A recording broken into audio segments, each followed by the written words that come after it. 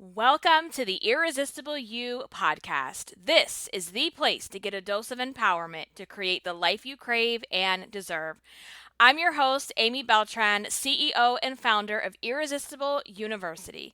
Through my signature online coaching program, I teach women just like you how to ditch the body image issues, gain confidence, and lose the emotional weight to look and feel irresistible at any size. If you like this podcast, you're going to love my group coaching program. If you would like to learn more about the program, including the investment, what's included, see client testimonials, and to sign up and enroll, please head over to irresistibleicing.com/course. The link is also in the show notes. Welcome back to the Irresistible You podcast. If you are new here, hello. If you are an OG listener, thanks for coming back and listening. Today, we are going to be talking about the concept of desperate dieting and what you should be focusing on instead. For those of you that are longtime listeners here, you know that Irresistible You comes with its own dictionary of terms and concepts and things that we talk about here, and desperate dieting is no different. So let's talk about what that is. Desperate dieting is what you do when you fall off the weight loss wagon and you feel like a total failure who is never going to lose her weight.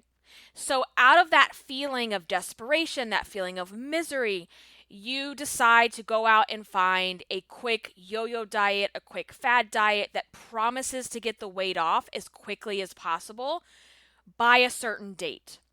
How many times have you repeated that cycle? Desperate dieting is never going to give you the life that you're craving. Okay? The life that you crave is about more than just weight. The life that you crave is about so many other things that you're putting on hold, waiting for the weight, not because of the weight, but because of what you have decided the weight means, and you've allowed that to be a shield in your life to hold you back from what you want. So in this episode, I'm going to share with you what you need to do instead of desperate dieting if you want to get the weight off for the last time and you want to create the irresistible you version of yourself that you crave and deserve to be. So that is what we're talking about today, and we're going to be diving all into all the things. So let's get started.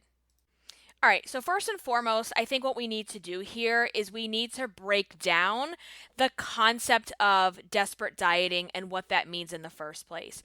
So, desperate dieting, let me put it in this perspective. So, there's another term here or concept that we talk about on the podcast, which is the yo-yo diet, body hate, shame cycle. And I want to talk about desperate dieting in the context of that cycle. So the way the body hate or the yo-yo diet body hate shame cycle works, it goes like this. It's like, you're feeling so bad in your own skin, you don't like the way you look, you're feeling really fat, you're feeling really miserable, and so you go and find the quickest diet that promises you these insane results. You're going to lose X number of pounds by this date, and all you have to do is eat grapefruit. All you have to do is take this pill. All you have to do is X, Y, and Z, right? We all know that. We all know those diets. We've all done them. We've all tried all the things. And you get on this diet and you start following it. You start losing some pounds, maybe your clothes start fitting better, and then something happens. Something happens, it doesn't have to be something traumatic, it doesn't even have to be anything dramatic. It's just like the girls ask you to go out to dinner tonight, or they ask you to go out to happy hour for drinks, or they're going to have a celebration after work. Something like that has taken you out of your little diet bubble where you have told yourself, I'm only allowed to eat these things. I can't derail from this. I can't have alcohol. I can't have X, Y, and Z. Because you've chosen this diet plan that is not sustainable in the real world, in your real life. You have chosen something out of pure desperation because you want to get the weight off as quickly as possible. Okay, that's like phase one of desperate dieting. So this event happens, or maybe, you find out some bad news and you go off your plan, okay, and you start emotional eating or binge eating. So whatever the catalyst is that pulls you off the diet, you're now back into the food. You are back into emotional eating, binge eating, and not only are you doing that, but you're deep into the guilt and the shame. The body shaming, the guilt for not being able to do this. And then what happens is here comes your friend, which is really not our friend. Here comes the inner fat bitch. And here is another term that we use. The inner fat bitch is that inner voice that tells you you are a worthless piece of shit. And she is that voice who is telling you, I can't believe that you're such a failure. Here you go again. You can't ever lose the weight. Look at you. You're disgusting. Who did you even think you were in the first place that you could do this? And all of that inner dialogue starts, all of that guilt and that shame, and just beating yourself up, not only for falling off the diet, but for how you look and for having this weight problem your entire life. Okay? So, how long you sit in that, for everybody it's different. Sometimes you might sit in that for a couple days, a couple weeks. Sometimes we sit in it for a couple months. Some people are sitting in that for a couple of years, to be honest, okay? So, at some point, as you're going through the guilt and the shame and that you're back in the emotional eating, you just find that you're disgusted. You can't do it anymore. This is so gross. I don't like the way I look. I don't like the way I feel. Something has to change, okay? And as you're thinking about what has to change, you're trying to figure out how you're going to do it. So what do? You go back to the drawing board and you're on the search and the hunt and the desperate search for another diet, another quick fix. And because you didn't, and so this is where desperate dieting really, comes into play, is that because you didn't lose the weight originally that you promised yourself you would lose, and you told yourself this was it, this was the last time, I'm never doing this again, I will get this, this weight off by this date or by this event, and let's say it didn't happen. We see this a lot when we tell ourselves we're going to lose 50 pounds by our vacation. And then the vacation comes and and I'm using air quotes, guys, we only lose 30 pounds or we only lose 20 pounds. And so now we don't feel like we deserve this vacation. We don't feel like we deserve to show up. We don't deserve to put the bathing suit on. We don't deserve to have fun because in our minds, we are this disgusting, like, ugly, fat person who doesn't deserve to be there, that doesn't want to be seen, that is so embarrassed. And because you feel like you lost time, like you feel like you have to make up for that lost time because you didn't reach the goal by the certain date, this feeling of panic, this feeling of desperation, this feeling of it's really ultimately it's a feeling of panic and desperation. And for those of you that are listening that have been through this, you know exactly what I'm talking about. So this feeling of panic and desperation washes over you. And let's say the vacation, so we're using that example, the vacation hasn't happened yet. Let's say it's happening in like 3 weeks. And you are like 30 pounds away from where you said you would be. Now you're feeling desperate. You're feeling panicked. And you're just looking for something that's going to catch up all this weight that you needed to get off. So you're looking for anything. You're looking for a quick fix. You're looking for a magic solution. You're just looking for something to, quote unquote, catch you up to this place that you thought you would be at because you're so desperate.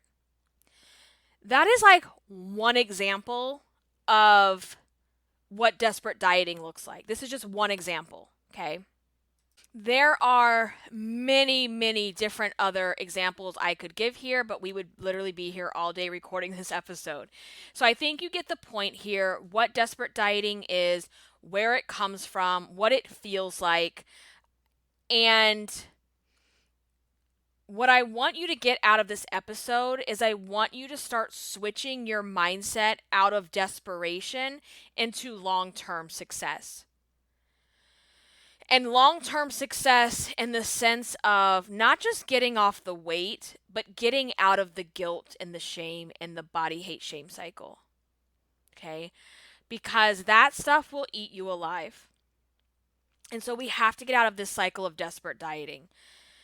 And when you're doing the desperate dieting stuff, you feel like this ball of stress who is wound up so tightly trying to control every possible outcome, just not enjoying and living your life.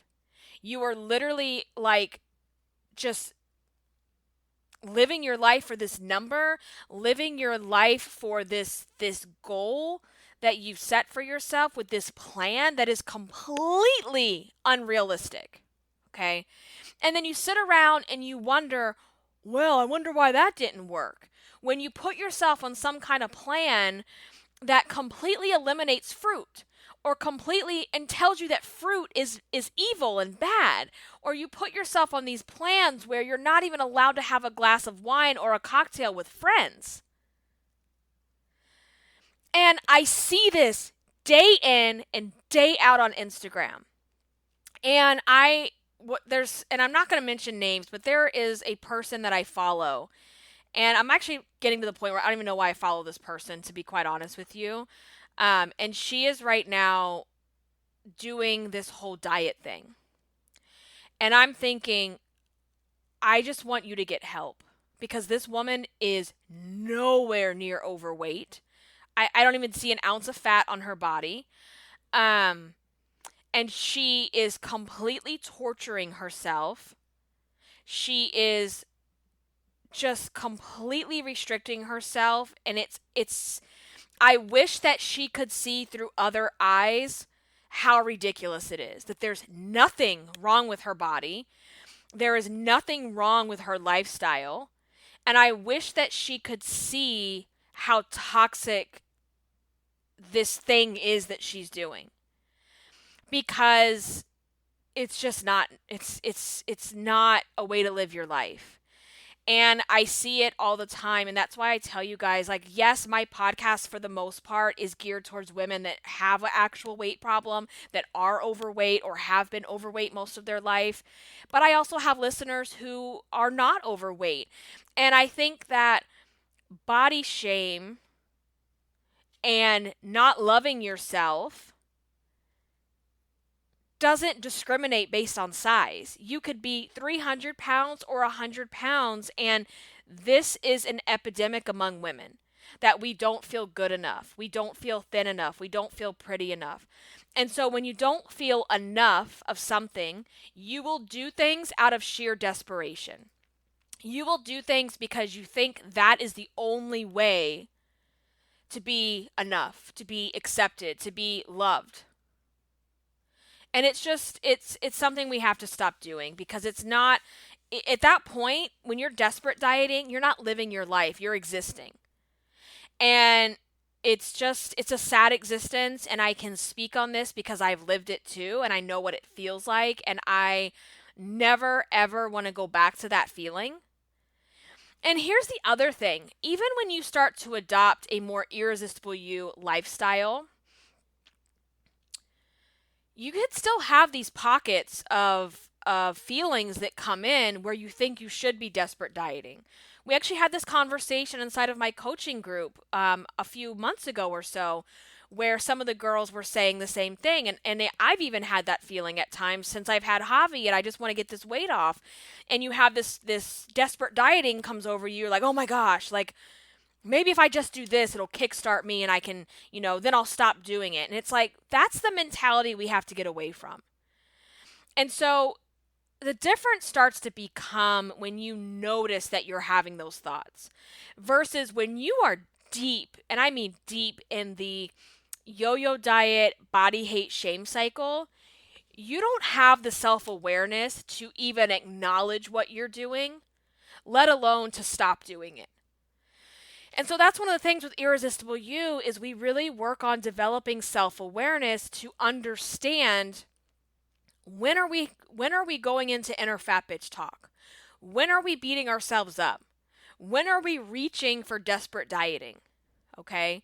And it's like some of these people I see on social media, I just wish they had the self-awareness to see the ridiculous things that they're doing and how toxic that is. Because here's what also, like, just, oh my God, this just drives me over the edge.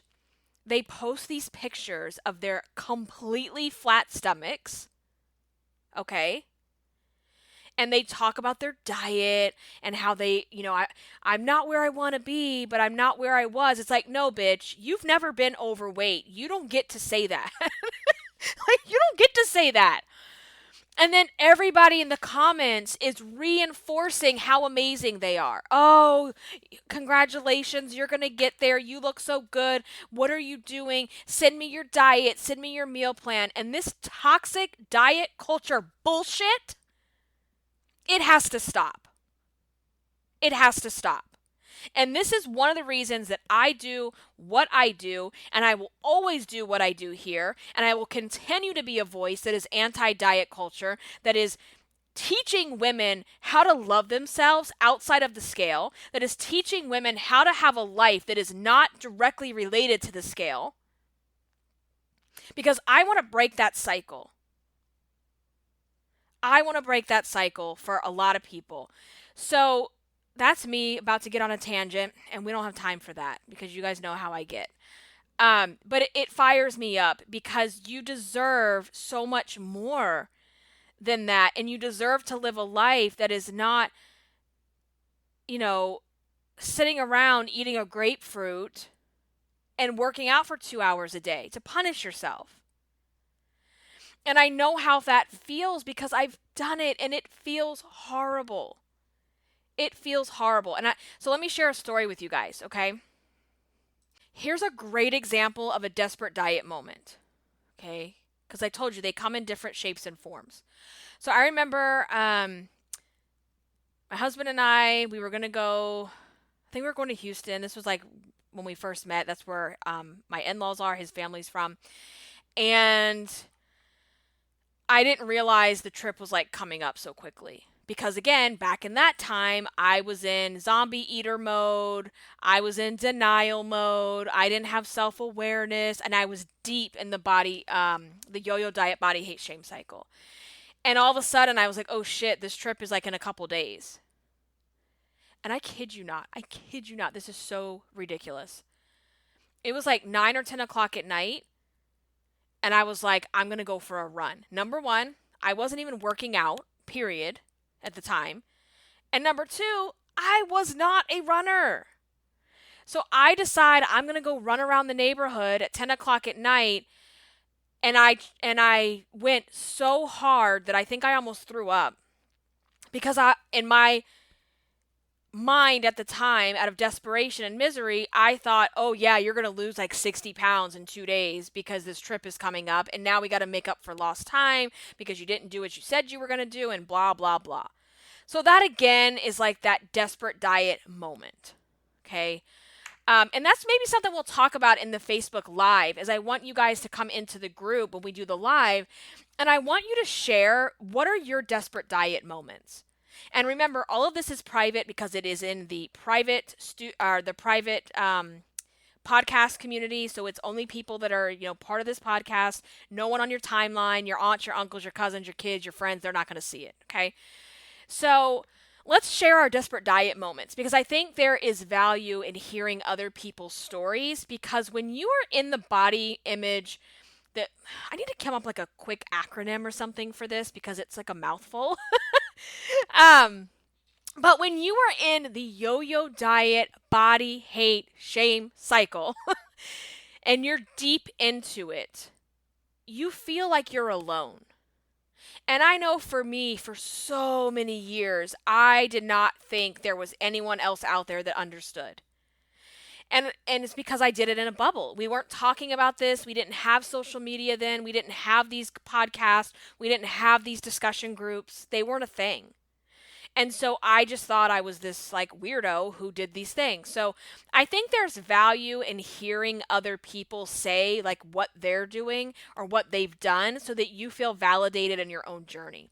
So make sure you do come on over on Tuesday at 11 a.m. Eastern time to that Facebook Live, and we're going to talk all about desperate dieting.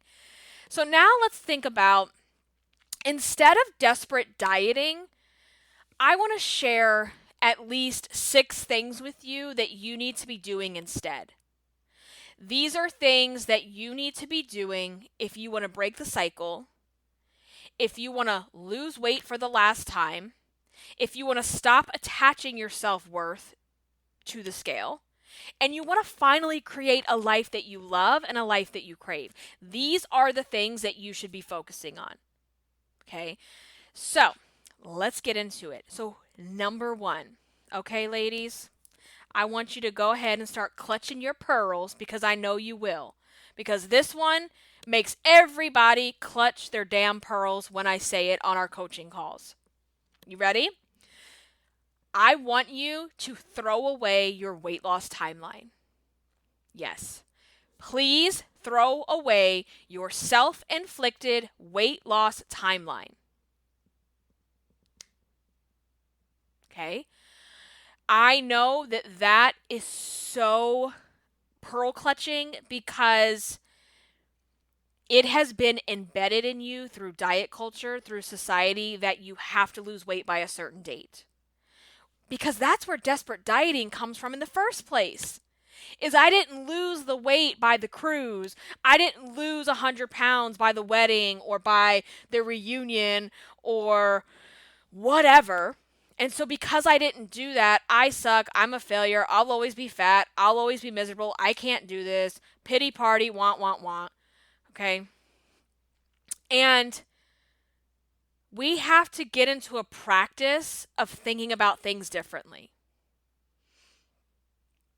If you want to change your life, you have to change the way you think. And if you're not willing to change the way you think about things, you're not going to be able to change your life the way that you want. And one of the things you have to be willing to change is the way you think about weight loss in the first place. So number 1, and this is all going to like make sense as I start stacking these on, you have to throw away the timeline. Now, when I say throw away your weight loss timeline, that doesn't mean throw away your goals. That doesn't mean that you can't have goals. You should have goals. But what we have to get away from is this, I'm so tightly like wound about I have to lose 30 pounds by May 1st when the pool opens, or I am a failure. Because the thing about the timeline, you can't handle a timeline right now. You can't handle a timeline right now because of what you make it mean.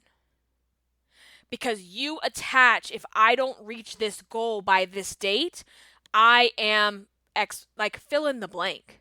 You are what? What is it that you tell yourself? Let's talk about that in the Facebook Live. What are you telling yourself that you are if you don't reach this deadline? So we're throwing away the timeline. Because here's how you break the yo-yo diet shame cycle. We stop worrying about losing 50 pounds in 5 months, and we start adapting a concept that we're losing weight for the last time. So it doesn't matter how long it takes. It takes as long as it takes. And I know that you are just sitting there feeling uncomfortable.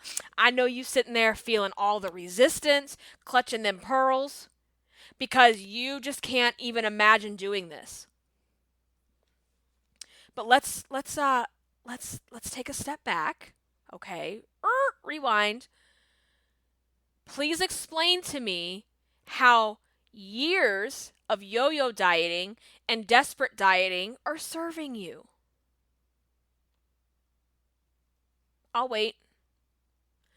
Clearly, they're not working, or quite frankly, you wouldn't be here listening to this podcast.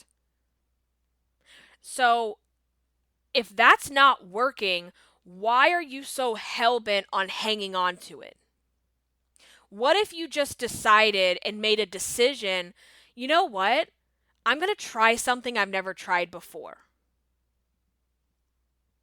If you're so willing to do a grapefruit diet and a Special K diet and a Subway diet and a paleo diet and a Whole30 and all this bullshit, because that's what it all is, if you're so willing to do those things, why are you not willing to think about this differently? And that's something you have to sit with and something you need to really analyze if you're sitting there really in resistance about what I'm saying. So number one, we have to throw away the self-inflicted timeline for weight loss, because you have made that timeline mean I'm not worthy and I suck if I don't reach this goal. And also, the second part to that, just to kind of recap, is that when we have a timeline,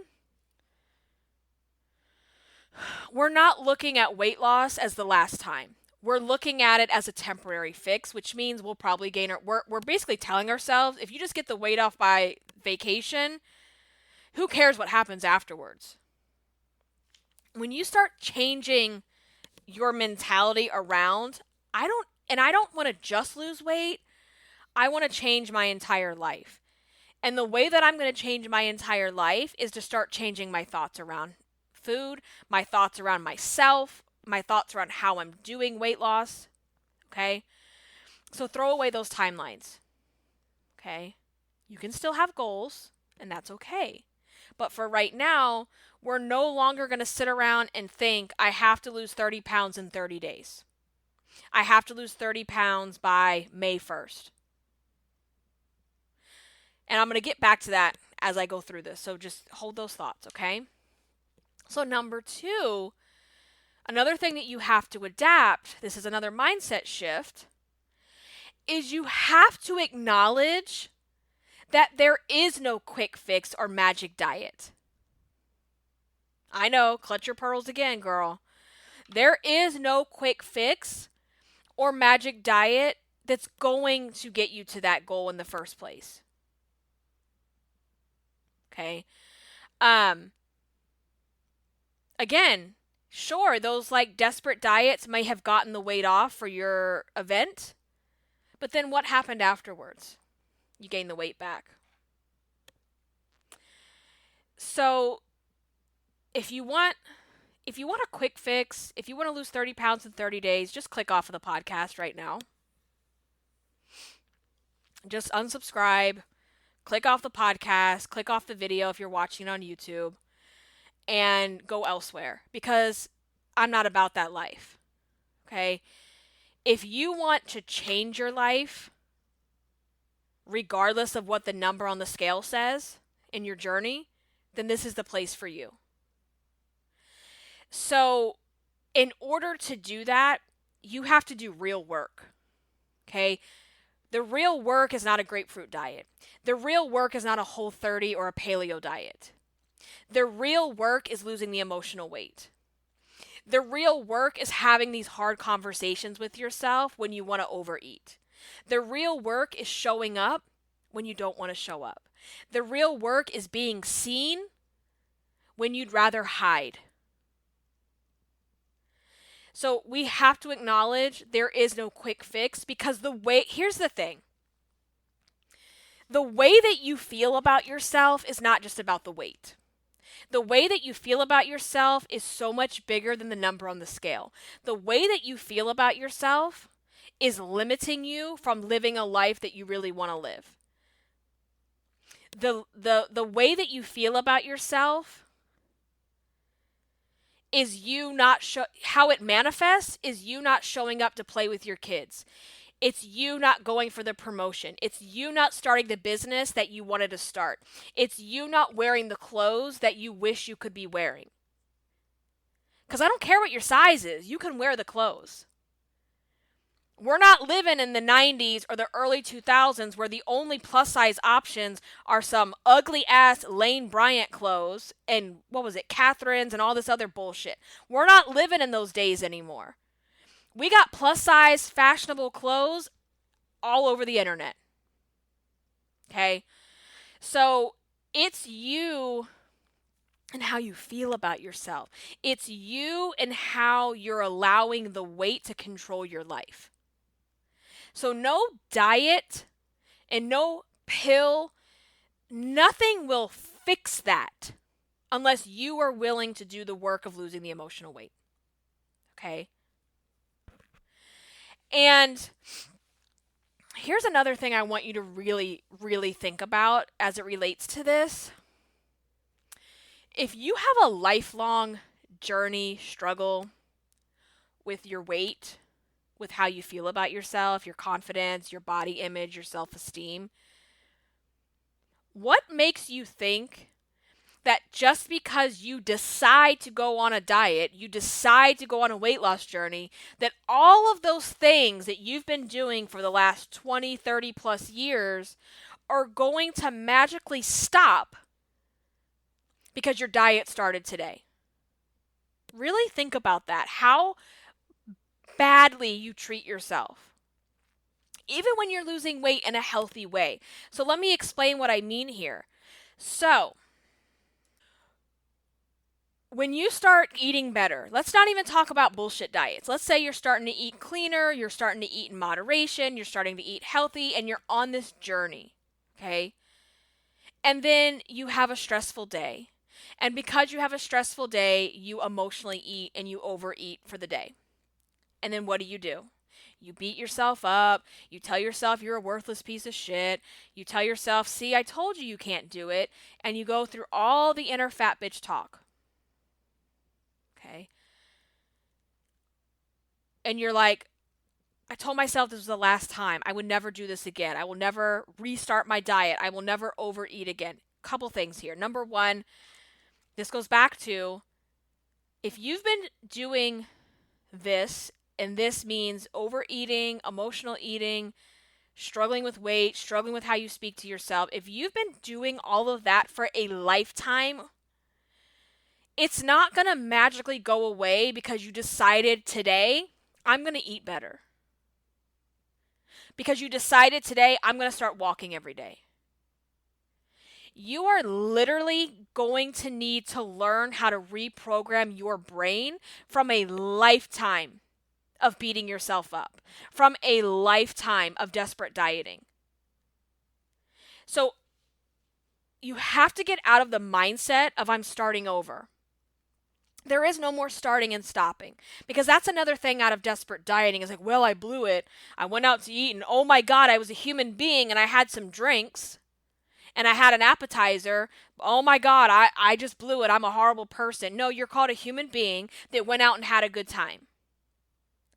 And because you do that, you tell yourself, oh, I can't do this. I'll start over again tomorrow. I'll start over again on Monday. There is no more starting and stopping.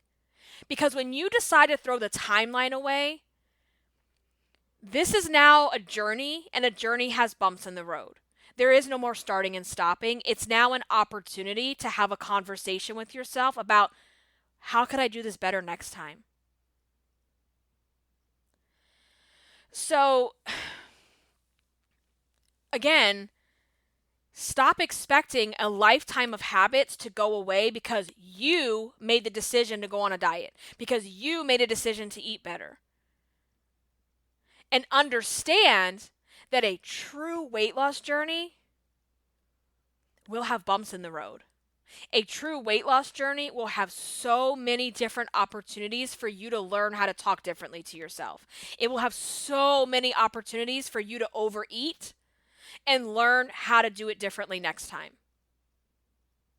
That becomes the difference. Because when you're desperate dieting and you're in that yo-yo diet cycle, you're expecting perfection. You're expecting that because you went on this diet, because you started Monday, because you started on the first of the month or the first of the year, if you have a bad day at any point, you're now a failure. And that is not okay. That is toxic ass behavior. T-A-B, tab. Toxic ass behavior. Write that down because that's about to be a new term on the podcast. Tab. You are doing some toxic ass behavior. And it has to go. It has got to stop. So there is no quick fix. There is no magic diet because we are working on ourselves. We are working on our thoughts. We are working on our emotional weight. And that is so much bigger, so much more important, so much like, it's just so much bigger and broader than I'm on a diet. I'm on a diet and I can't eat bananas because bananas are bad. Like, I can't have grapes. Get out of here with that stuff. Come on. Okay. I'm getting hot. I'm getting hot, y'all. It's hot. I get fired up and I start getting really hot in here talking about all this stuff. Number three. So number 3. All right, so number 1, we're throwing away the self-inflicted weight loss timeline. Number 2, we're acknowledging that there is no quick fix, okay? Because we have a lifetime of behavior that we are working on. And we cannot expect that to just magically go away on day 1 of a diet. Number 3, there is no final destination. That's another mindset shift that is going to, again, have you clutching your pearls because diet culture has told you, oh no, you will have this magical before and after story. And everything that happens after will be amazing. Everything that happens after the goal weight, oh man, that's like you're going to be living it up. Again, you're being sold a bullshit false narrative because there is no before and after story. There was then and there is now. And I think, I don't even know if I've done an episode on that, but if I haven't, I will. A whole episode around the toxicity around before and after stories. Because that infomercial, right? That infomercial that's on at 3 o'clock in the morning and they're like, yeah, I was fat and miserable. And they show like this, not only is the person overweight, but they're always like sad and they look pathetic and they're just like so sad looking. And then the after, they're like smiling and they're running in the sand. And that has sold people on the idea that once I get to my goal weight, I'm done. Once I get to my goal weight, life will never be hard for me because in diet culture, oh no, life is only hard if you're fat. Life is only hard when you're overweight.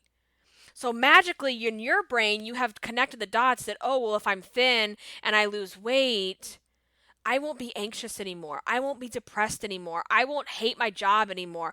I won't fight with my husband anymore. I won't feel bad about myself ever again. And so what happens? For those of you that have gotten to your goal weight in the past, what happens? It's a cold slap of reality when real life kicks in. And so then, so often, the cycle starts again because you don't have the tools and the resources to know how to cope with your emotions.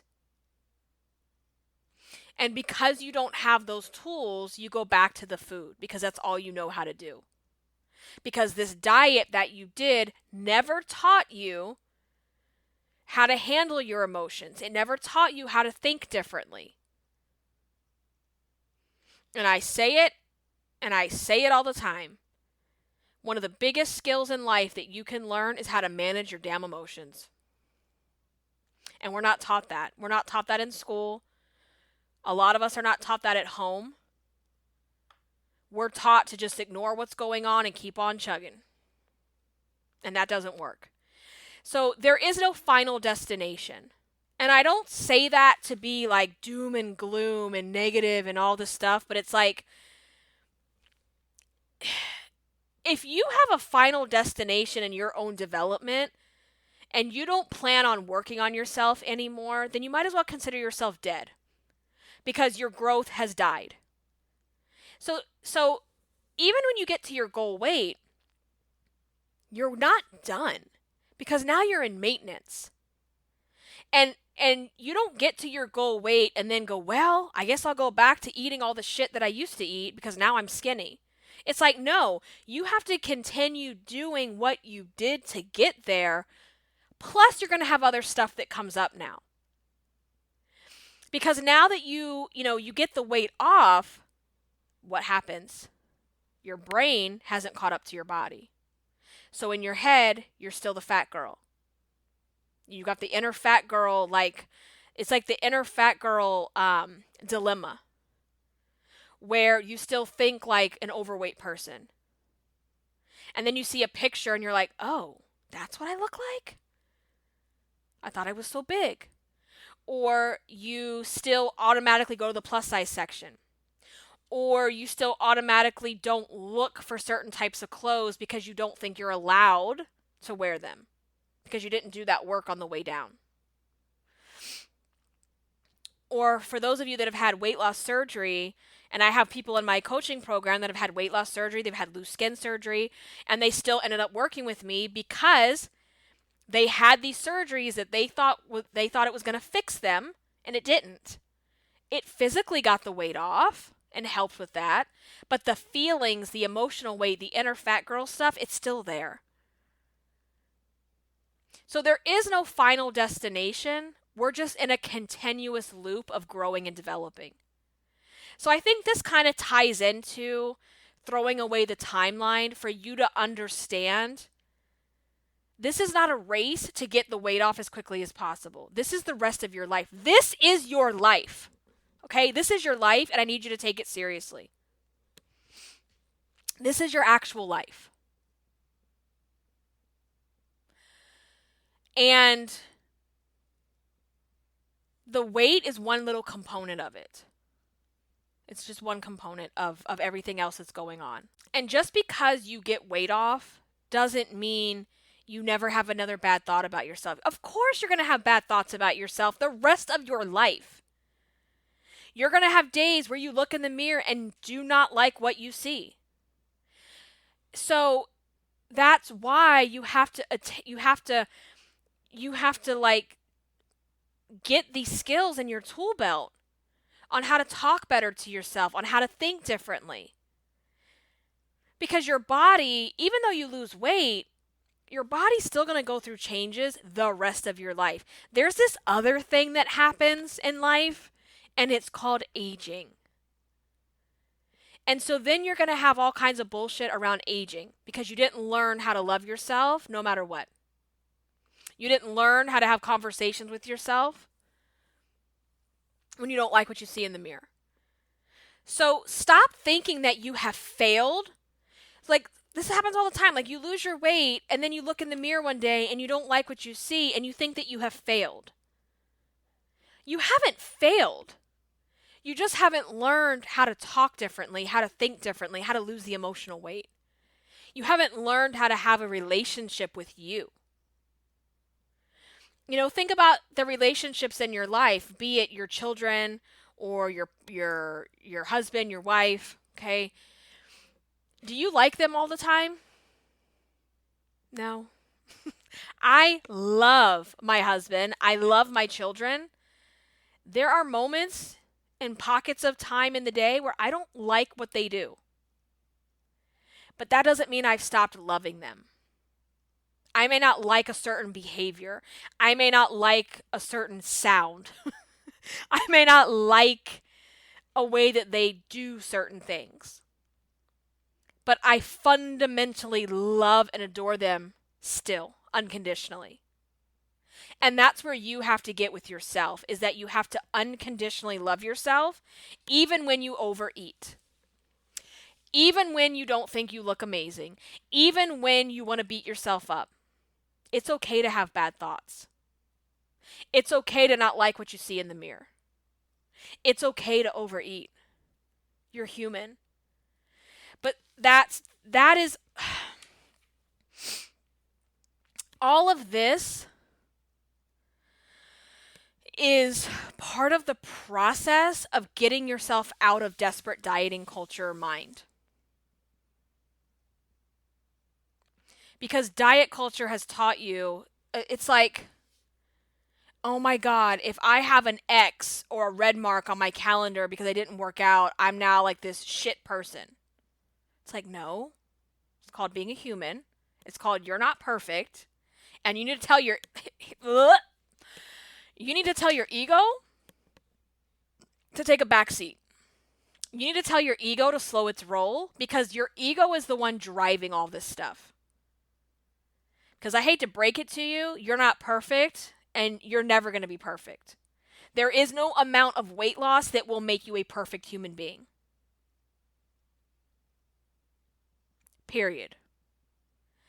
So, you know, it just takes so much pressure off when you acknowledge the fact that, okay, this is a journey and I'm going to have F ups and I'm going to have days where I slide backwards and I'm going to have negative thoughts and I'm going to not feel good about myself all the time. I'm not going to want to do this all the time. And that is okay.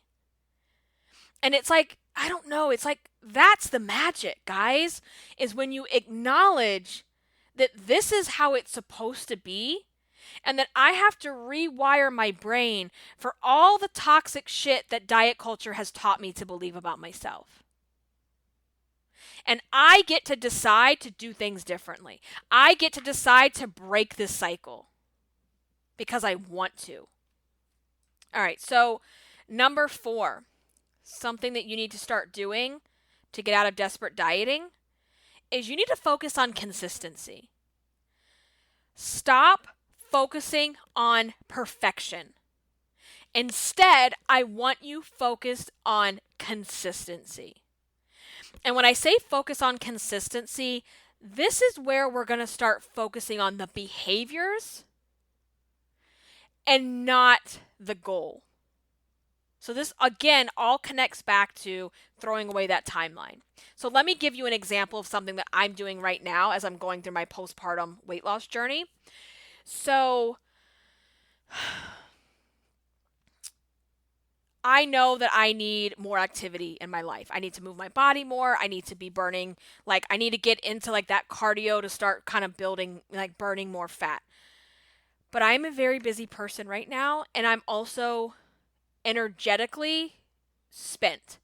So it's kind of like, they say like you may have time, but you don't have the energy necessarily.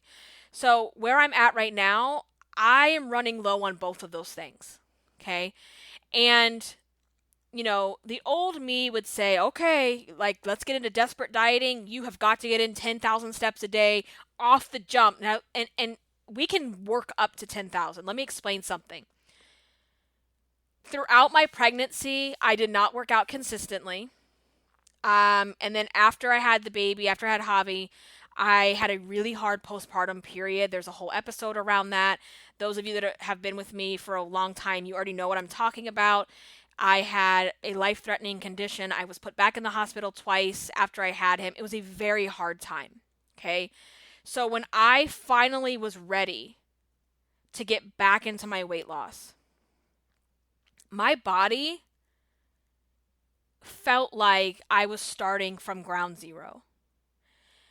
I never in my life remember feeling so weak, so stiff.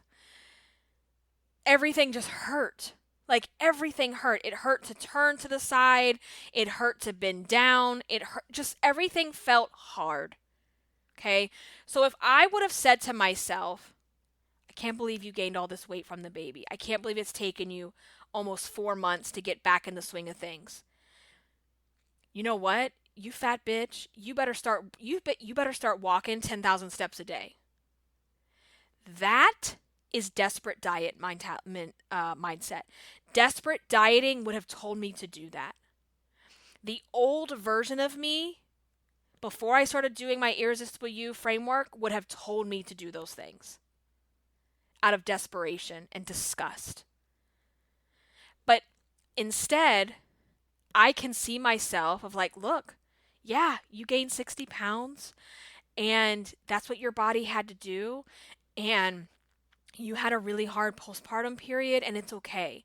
And we're going to give ourselves some grace and some forgiveness that sometimes life is just hard. Sometimes life is just hard.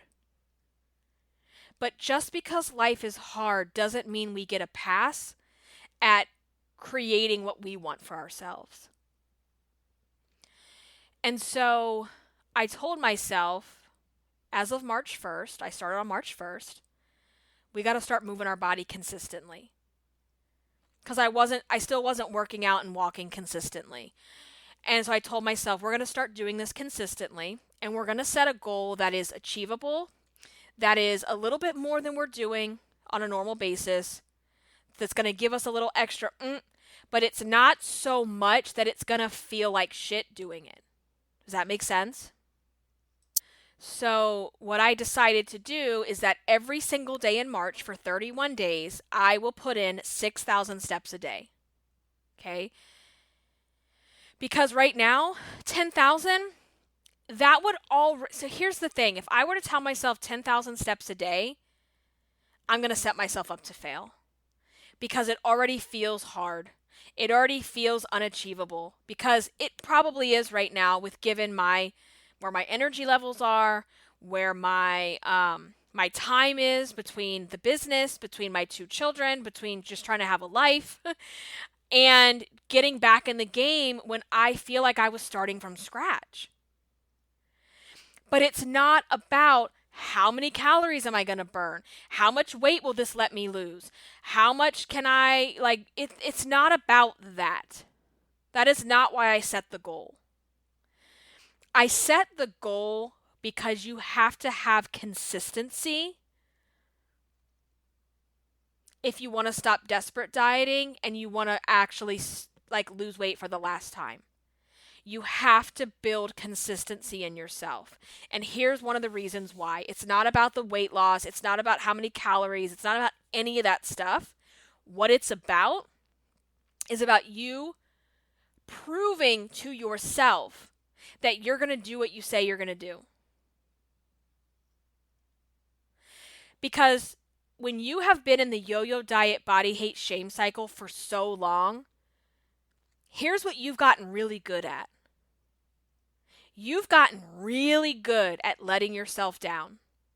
You've gotten really good at proving to yourself that you can't be consistent. And when you have consistently been inconsistent, and let's just be very clear, you're inconsistent because you're choosing things that are not realistic in real life. Okay? And so when you've done that for so long, it's almost like you broke your spirit. It's like you broke your spirit in yourself to the point where you just don't believe you can do this anymore because you don't trust yourself, because you're so sick of your own bullshit lies. You're so sick and tired of telling yourself you're going to start over on Monday. You're so sick and tired of losing the same 50 pounds over and over and over again. Because you're doing things out of desperation instead of taking your time and getting to know yourself and using the overeats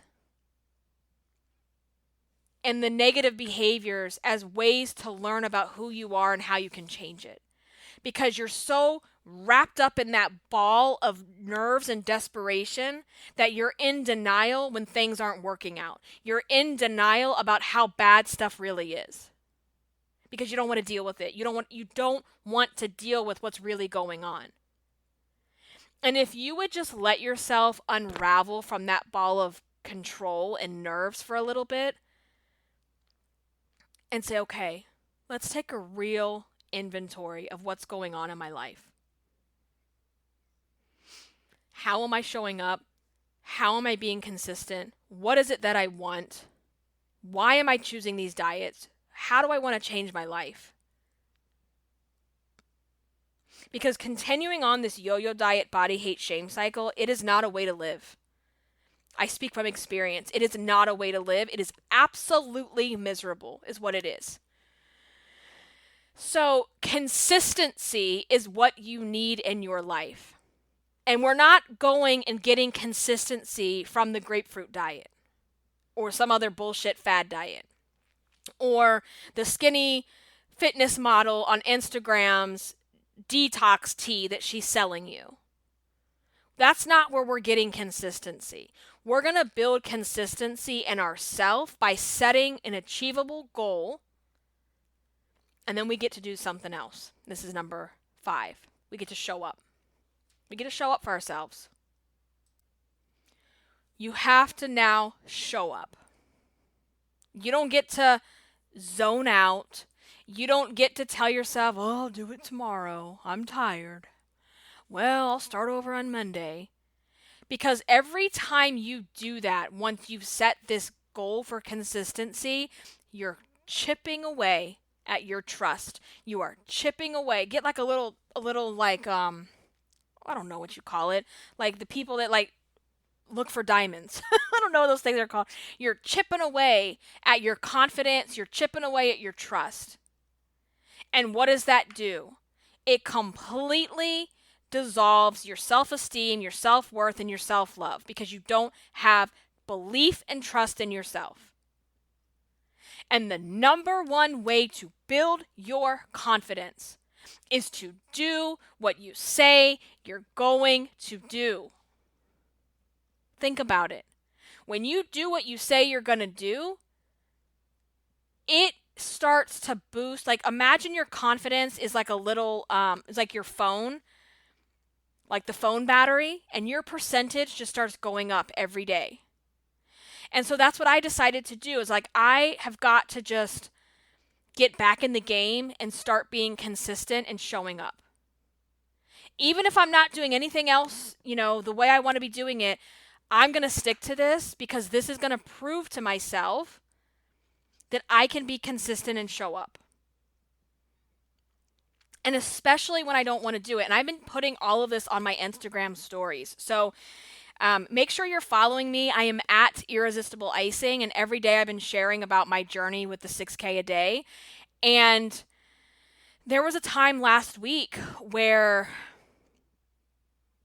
So for me right now, the main time that I'm able to get in my workouts, my walking, is at night, about 10 o'clock at night. And I go out to the garage, we have a treadmill, and if it's a nice day, which we've had really cold weather, so I haven't been getting outdoors, but like this week it's going to be in the 70s, so I'll probably end up getting in all of my steps and more because we'll be outside, like me and the kids and Chewy. So I have been working out at 10 o'clock at night because it's the only time that I have. Because my husband works nights, I work in the daytime, I work like in the morning up until 1 or 2, then he goes to work, he doesn't get home till almost midnight. So once he goes to work, I'm on full-time mom mode. And having a 4-year-old and a 4-month-old is lovely, but they are energetically draining. I mean, that's just, it is what it is. It is what it is. It's hard. And by the time I do dinner, bath, bedtime routine, get both of them to sleep, I'm spent. I am spent. I am tired. I am drained. And what I had been doing for the first couple months with Javi is once I get him to sleep, I just kind of lay in my own bed while he's in his portable bassinet thing in my room. And I just kind of lay there and like play on the phone. And I'm sick and tired of doing that. I want more for myself. So while in the moment, and so there was this point last week where I was so tired. I had gotten no sleep the night before. So for those of you that have children or babies, Javi just turned 4 months. And this is real. This 4-month sleep regression is no joke. Where he was sleeping really well, maybe he wakes up once, put him down at 8, he might wake up at 1 for a quick feeding, and then again at 5 or 6. He was doing great. Sometimes he would sleep all the way through the night. So he's been a really good sleeper up until this point. And I didn't get any sleep the night before. I was so tired. I was so spent. And then spending the whole afternoon, like, taking care of the kids, I was just done. But I was like, no, you made a commitment to yourself. And if you don't do this, that percentage of your trust that we're talking about, like a phone, your percentage is going to go down.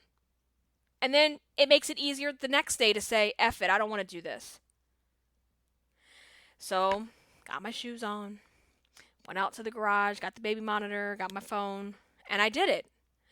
And because I set a goal of doing 6K a day, it's achievable without feeling like I'm dying.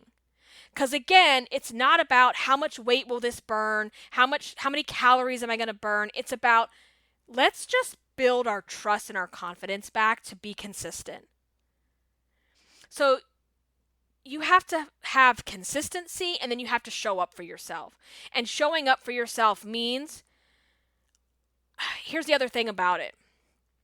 Your present self that's tired, that's been taking care of kids all day, that's been working all day, your present self will never want to do it. So stop acting like you have to find motivation. I am so sick of hearing people say that. If I could just find my motivation, I could get back to it. No, it's called discipline, and it's called showing up.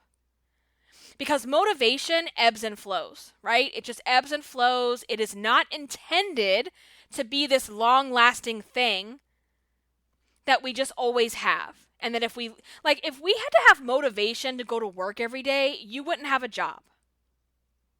Because we're not going to feel motivated to do things every single day. We have to do things because we want more for ourselves. So your current self that's tired, stressed out, pissed off, hungry, is not going to want to go out and put the shoes on and work out. So you have to think about your future self. What does your future self want? Where do you want to be in 3 to 6 months? How do you want to feel tomorrow when you wake up? Think about that first. If I don't go out to the gym and get my steps in like I promised myself I would do every day this month, how will I feel about myself tomorrow? Not so good. Not so good. So you have to do it for your future self, whether that future self is tomorrow, next week, or next month. How do you want to feel? Okay, that's showing up. All right? All right, number 6. So we are almost through our entire list here.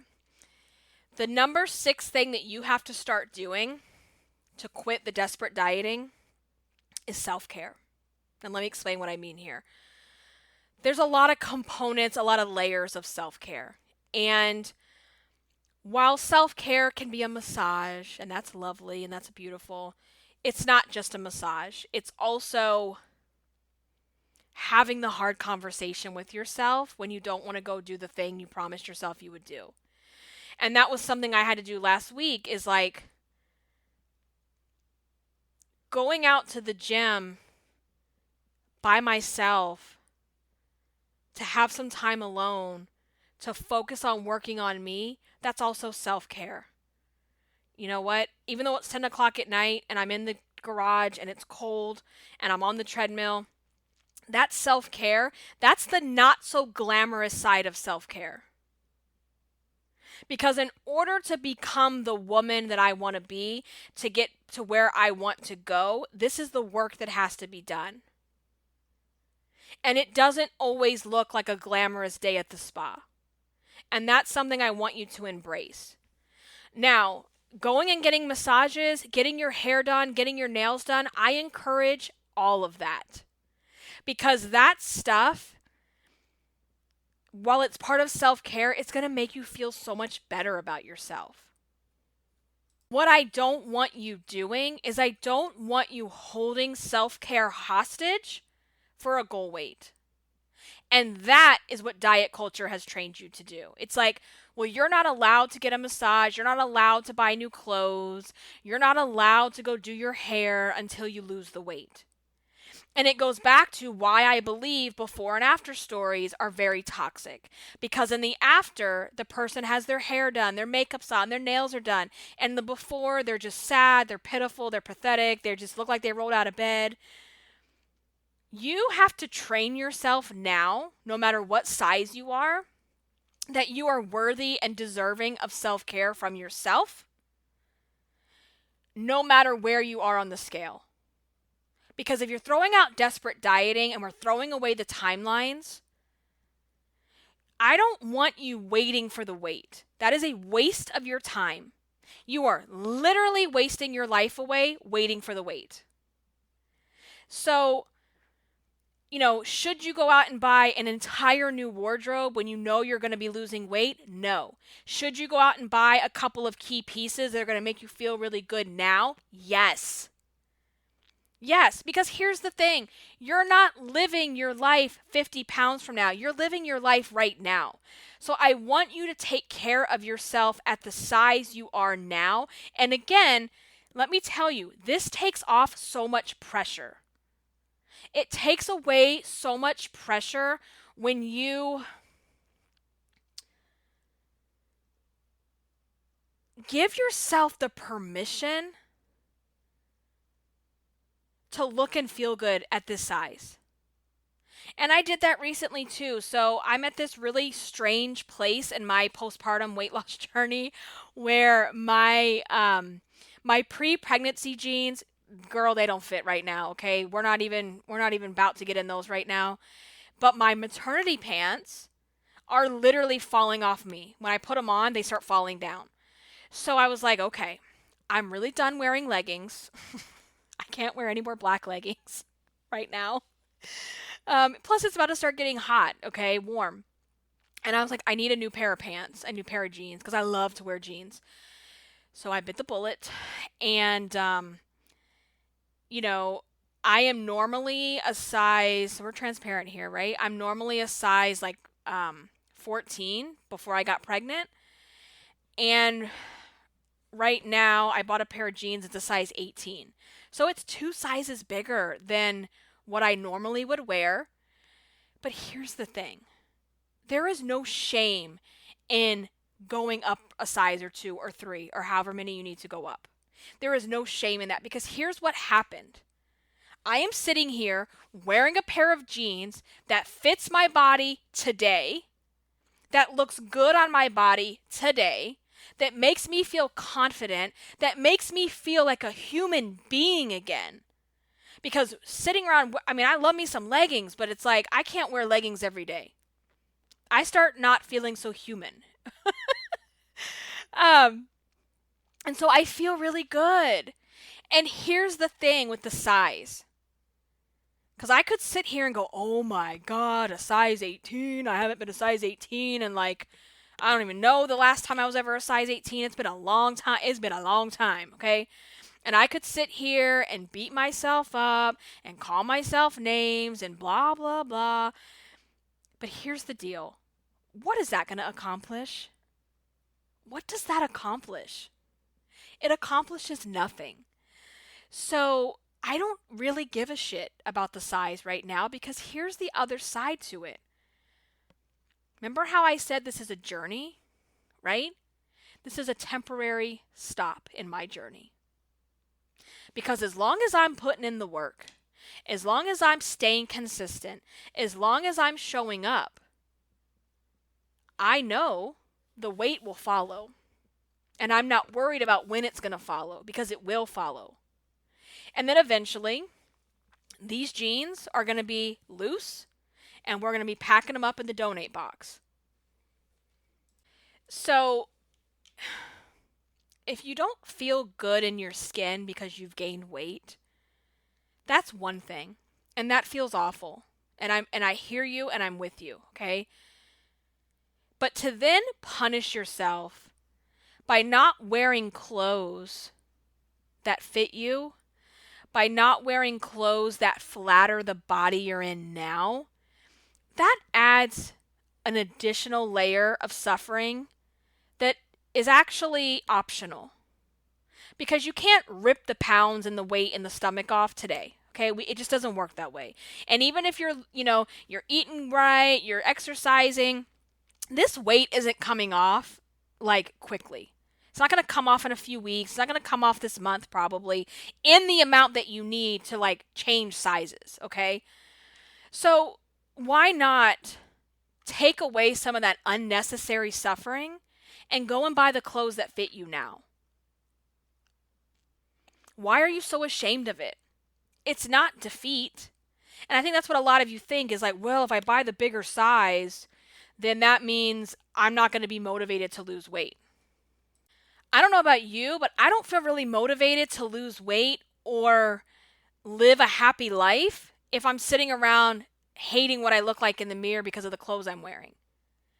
How about if you change your mindset that if you wore clothes that fit you now, it would give you this little boost of confidence that's going to make you want to be consistent, that's going to make you want to show up for yourself.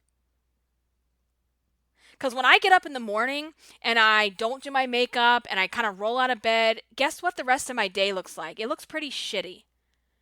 Because you're setting the vibe, you're setting the energy for the day.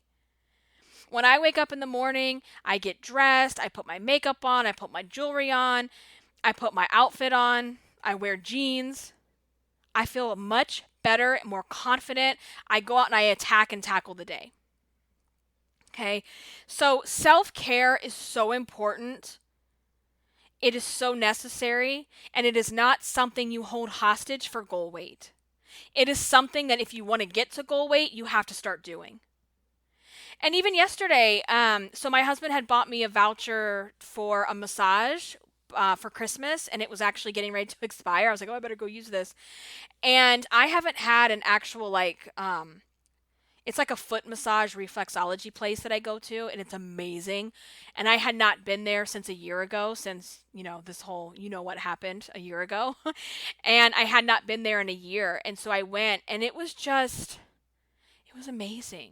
And so many of you are going to hold back from doing something like a massage because you're uncomfortable in your body, because you don't like the weight that you've gained. But what if you just started and decided to start treating yourself good, no matter what size you are, so that by the time you get to your goal weight, that's just like icing on the cake. And you feel worthy and deserving no matter what size you are. So let's just recap what we talked about. Today we talked about the concept of desperate dieting and what desperate dieting is. And that instead of desperate dieting, we have to get into a cycle of doing these other 6 things that I talked about. So let's just recap what those 6 things are that you need to start doing instead. Number 1 is I want you to throw away your self-inflicted timeline for weight loss. Number 2, I want you to acknowledge there is no quick fix and no magic diet. Because you are changing a lifetime of habits. They are not going to just change because you decide you're on a diet. Number 3 is to acknowledge there's no final destination. There's no magic ending where you get to stop doing all the things that you're doing now. Number 4 is to focus on consistency. What kind of goals can you set for yourself so that you can be consistent? And number 5 is how to show up for yourself. How are you going to start showing up for yourself so that you can build trust and confidence in you again? And number 6 is practicing self-care. Now, not when you get to your goal weight, not 50 pounds from now, but today. How can you start practicing self-care? Those are the 6 things. So again, we are going to dive deeper into these topics. So get your questions, get your comments, get anything that you want to ask me live about this topic, because tomorrow at 11 a.m. Eastern, that is Tuesday, March 9th, we are going to go live inside of the Irresistible You podcast group on Facebook.